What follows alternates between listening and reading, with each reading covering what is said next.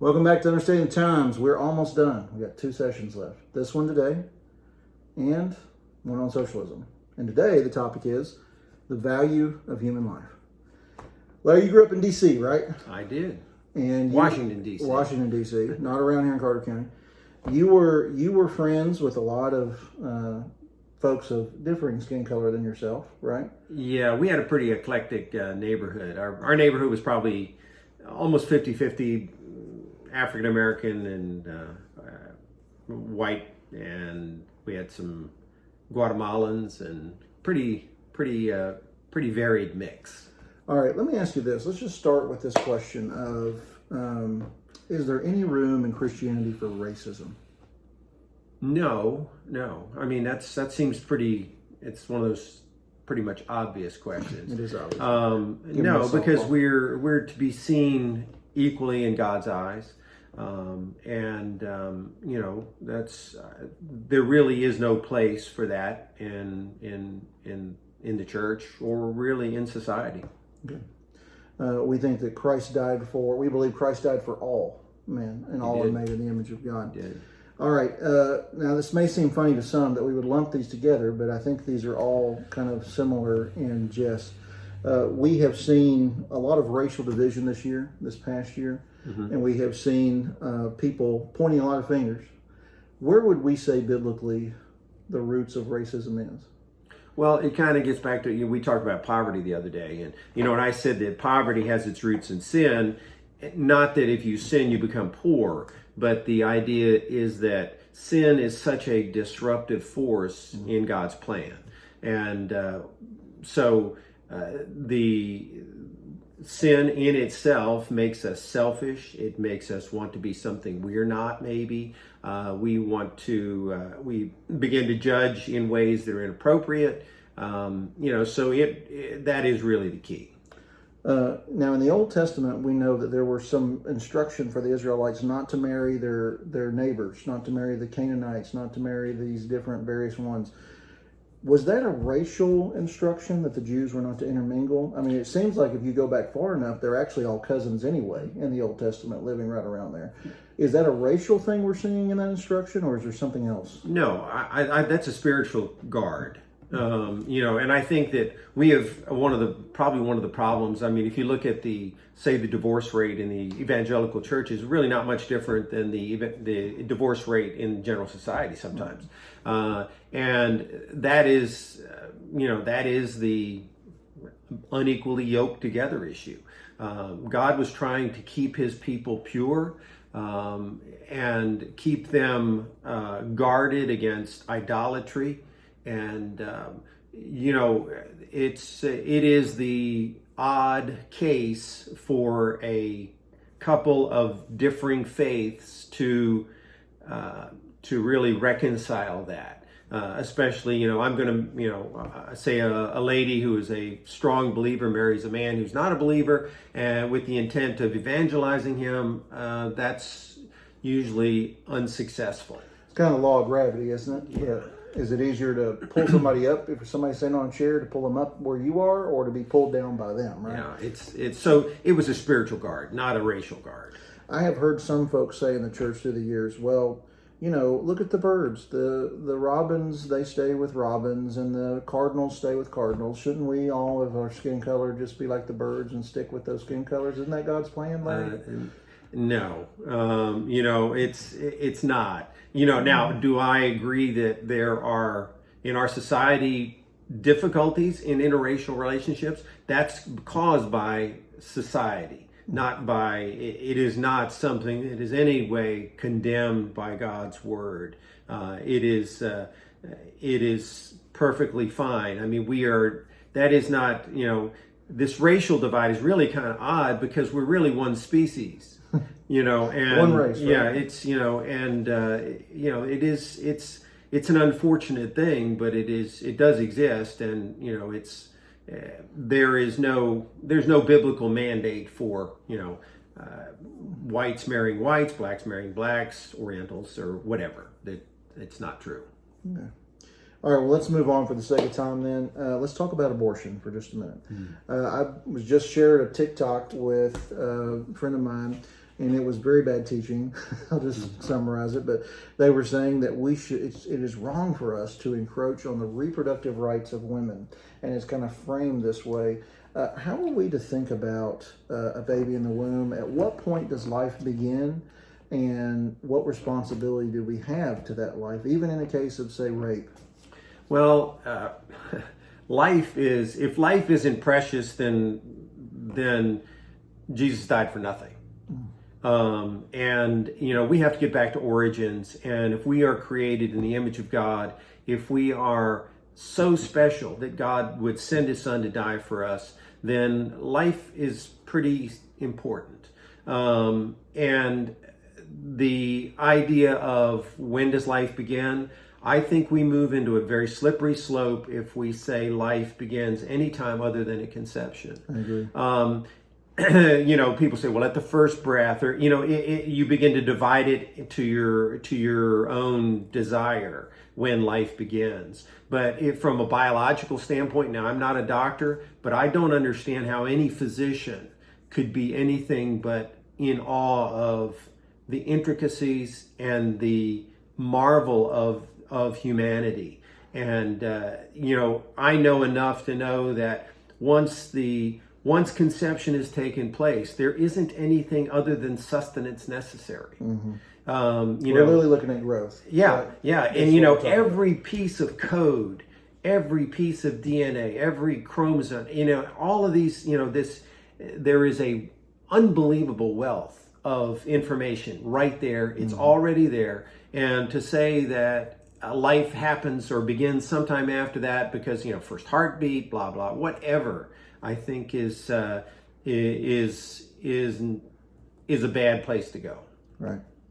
Well, and also when we think about this and we're trying to speak to folks about it, when a baby is in the womb, and I don't really like the word fetus. I feel like the word fetus is kind of cold. And it's dehumanizing is what it is. Dehumanizing. When we think about this, we're talking about an individual who is just underdeveloped compared to their mother, right? So would we say my daughter who's 10-year-old is of less value than my wife who's 43? She's more developed and more mature than my 10-year-old daughter. We would have to say no, of course not. No. So then why does this change just because a child's in the womb? Then you say, well, it's location, right? Well, does my wife have more value when she's in St. Louis than when she is in the mountains of East Tennessee? And the answer is obviously not. Right? It's not location and it's not development. Yeah. Developmentally, it is another issue altogether. Right. I think we're seeing a culture of death in our society. Yeah, I would agree. And, I thought about this, the idea of, the value of life, of course, then leads right into it's abortion, obviously. I think, again, some of the terms, the idea of abortion is discarding a piece of tissue, we might say. Some of those who would advocate for it, they would begin to say that there's less value, like you just alluded to. But the reality is that we must always think of abortion as a life and death decision. Right. And that, and people will say, well, what about the health of the mother and stuff? And there may be occasions where triage happens. I've only been in one time in my life did I ever have to make a true life and death decision. I've shared it, I think, with some of the people in the congregation may know, but we were ministering in Honduras. I was flying an airplane for Mission Aviation Fellowship, and we had landed at an airstrip for an emergency medical call. There was an entire family that had been poisoned probably by botulism from a food source, and we had more than my airplane could carry. And there was not time to do 2 trips. We couldn't fly at night. That wasn't even an option. So we sat there and we decided who was the most likely to live and who was the most likely to die. And so we said, there was a teenage girl who was gravely ill. If she had gotten to the clinic, she very likely would not have survived, but I could not carry everybody.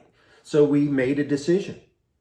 And, we understood that was life and death. That wasn't just, there was not, this was but we had to make a decision. And so, when we talk about abortion, when people say, well, what about this or that? I think that you must always weigh that with, this is life or death. Yeah. And that makes it, that really puts the rubber to the road on that decision. I don't know how often I've shared this. I had a case, not in our church, in a different church, where there was a young gal who was about 16, got pregnant. They wanted the baby, but the baby developed a severe case of dwarfism, and the intestines were actually outside the body cavity. It was not a viable pregnancy. As soon as there was an issue of possible gangrene, the mother's life was in danger, a true scenario like that. And it divided the church. It was a hard issue. And they didn't want to, terminate the pregnancy, but they chose to do it in that case. And so in some cases, it's hard. I'm not saying it was right, it was wrong, it's what happened. In some cases, though, there are people that may be watching these videos, they maybe did have an abortion. Maybe they feel a guilt and shame with that. There is freedom and forgiveness in Christ for them, right? There is. And I don't want to, I wouldn't want to, I don't want to offend anybody by saying that, that in triage, there may be a life-death decision. But that couple who was waiting that unborn child, they mourned that child. That's right. They mourned it because there was a death. Well, they actually brought the body back and buried the child. Right. Just gave the child a funeral. This was, this is not a discarding of unwanted tissue. This is life and death. That's right. And that's different. I agree. All right, well, let's move to assisted suicide. Now, Larry, I hope you don't mind me sharing this with you. You struggled in your family. It was your mother who developed Alzheimer's, right? Yeah, she had early onset Alzheimer's. It's very similar to what Coach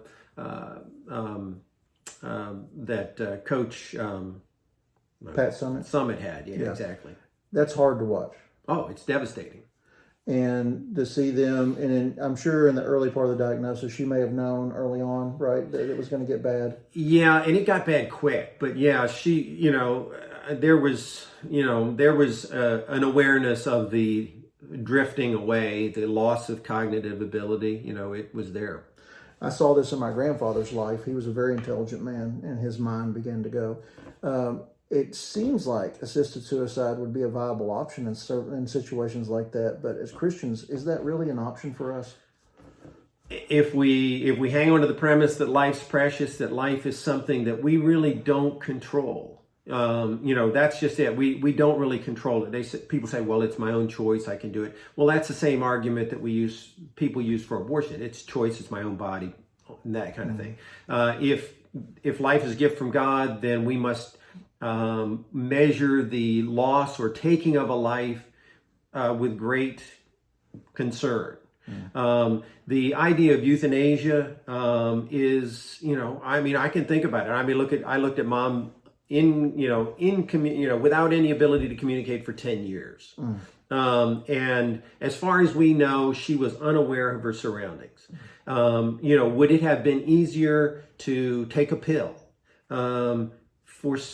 Yeah, sure. It would have been less expensive. You could make a logical case for that, but you can't make a spiritual case for it. No.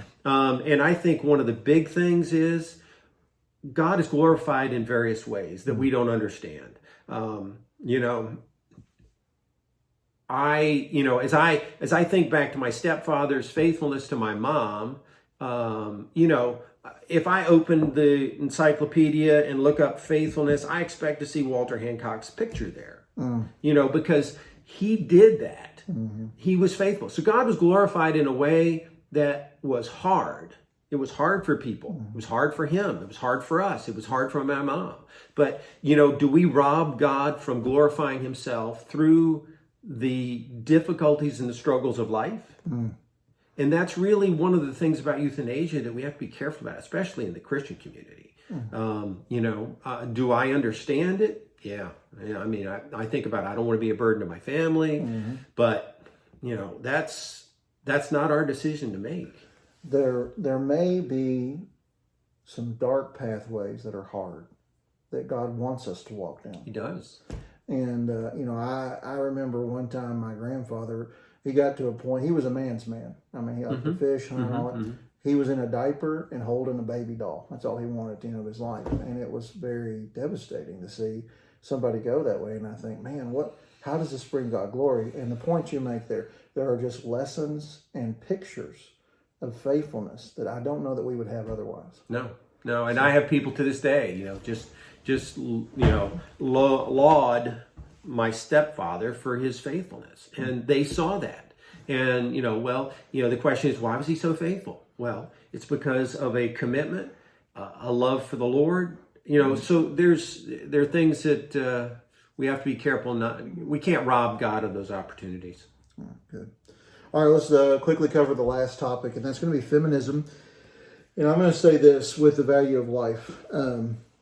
We here at our church are what's known theologically as complementarians. So, right, we believe men and women are created equal, but that God made them for different roles.